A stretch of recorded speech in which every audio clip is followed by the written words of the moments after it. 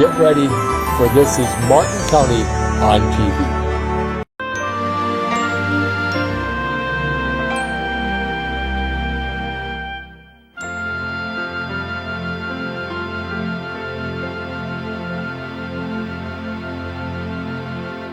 Hello and welcome. I'm Jeff Hagen. I'm sitting in as host this time, and each episode we are going to be visiting with some Martin County veterans. It's on a series that's called Their Sacrifices, Our Freedoms. And today I'm going to be visiting with Jim Richards and with Glen Hemiller. And I want to, first of all, thank you both for your service that you gave to the country, and also for being in Lenny's book. The book is entitled Martin County Veterans, Their Sacrifices, Our Freedoms. So thank you very much for joining us today. I would like for you to, each one of you, to kind of introduce yourself to those who are watching, and I guess tell us a little bit about yourself, maybe your past profession, where you're at right now, those type of things. So Jim, if you want to start. Well, I guess I was born in Fairmont and went to school in the cities and went away for quite a few years in career paths and retired and came back to Sherburne, and here I am back in Martin County and loving it. Good, good. Okay, and Glenn? Actually, grew up west of Tremont and graduated there and went on to college after graduation and had a draft number of 74. Okay. So therefore, when I was a sophomore, I got called and was in Vietnam for a while, came back, eventually got married and finished college, 3 kids. Now we're living in Spirit Lake, Iowa, and I was in banking for a number of years. Okay, good. Well, we're here to talk about our military experiences, especially the ones that you had. So maybe, Glenn, if you want to start this time, why don't you tell us about what part of the military you served in, where you served, when it was exactly that you served, and maybe some of the duties that you might have had at that point. Well, got drafted and went to basic training at Fort Campbell, Kentucky. Okay.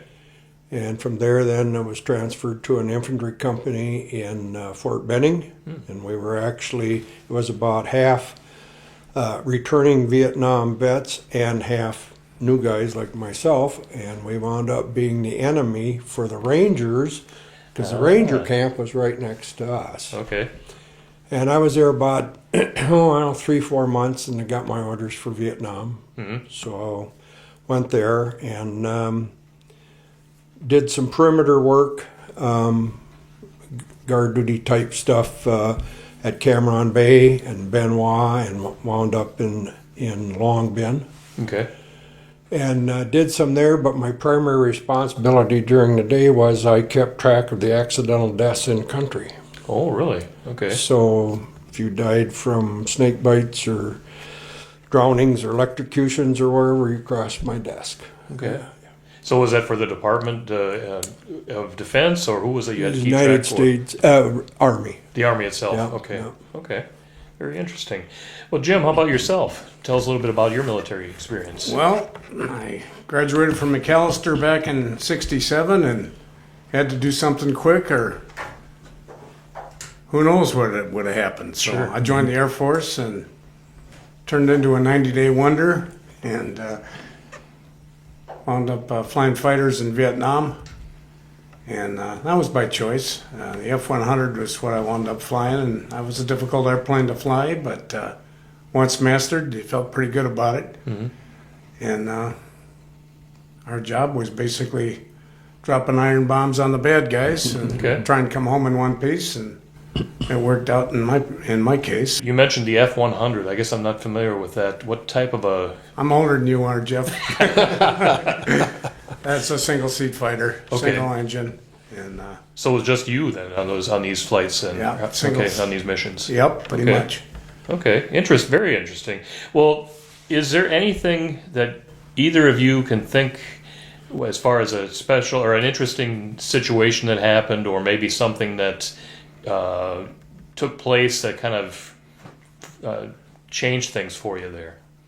Is there any experience you had, or anybody you met? Was there interesting people in your company? Those type of things that you can think of.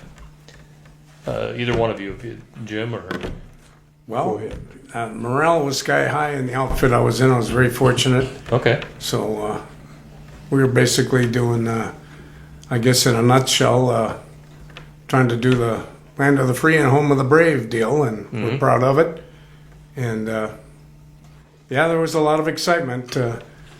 Like they say, there's lots of moments of boredom and dropping bombs in the jungle, and then moments of stark raving terror.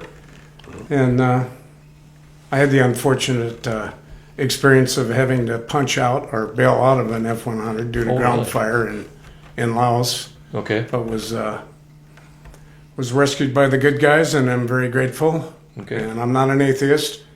And there you have it in a nutshell. Sure. That's a long story. We could go on and on, but I'll hand it over to Glenn. Okay. All right.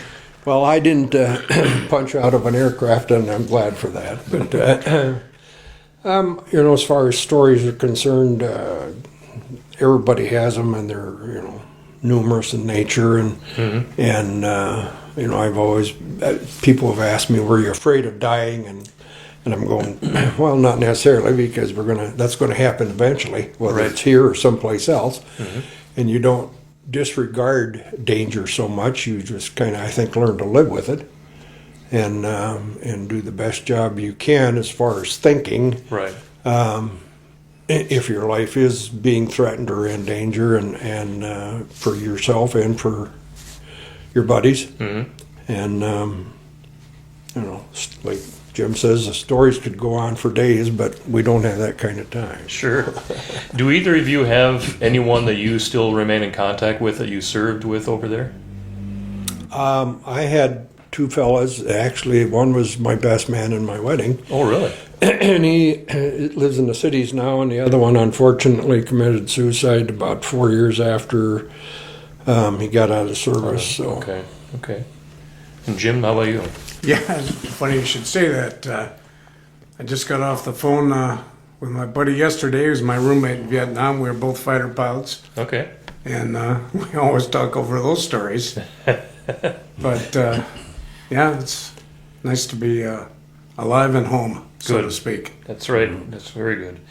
How did the military service influence your life? Now, you were drafted, and you were younger, like myself. When I went in, I was 26, so I was considered the grandpa of the group. But for you, how did your military experience influence your life in any way, or how did it? Well, absolutely.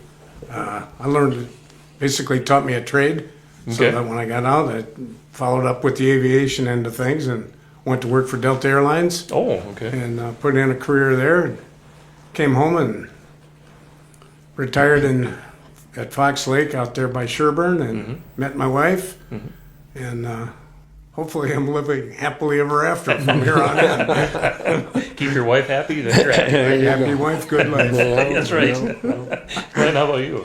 Well, I don't have a trade that came out of the service, but I guess it was the fact that I was there, and the appreciation for the United States and those freedoms that we have here that weren't there. Sure. And that was obvious. And so you develop that appreciation for that, and I don't know, as far as trades or anything like that, if you do a lot of perimeter work, and Jim would as well, with the flying with the aircraft, you have to be pretty fine-tuned into what's happening out in front, and the armament that you have and things like that, and always be on the lookout, and that's the way it was. Sure.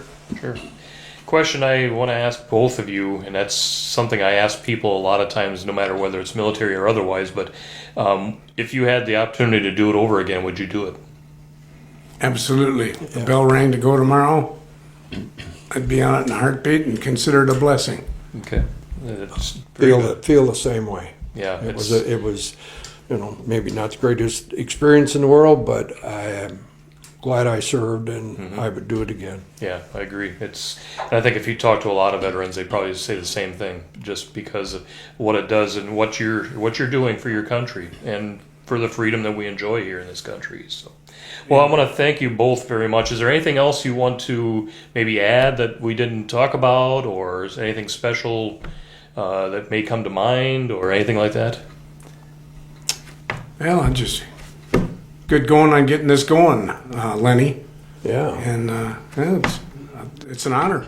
Yeah, if you haven't had a chance to read his book, it's really a good book. It has, I think, it was 87 or something like, or 82 stories in it, all Martin County veterans, and their story of military service. So it was very good. So, well, I want to thank you again both for your service and also for joining us here today, telling a little bit more about yourselves.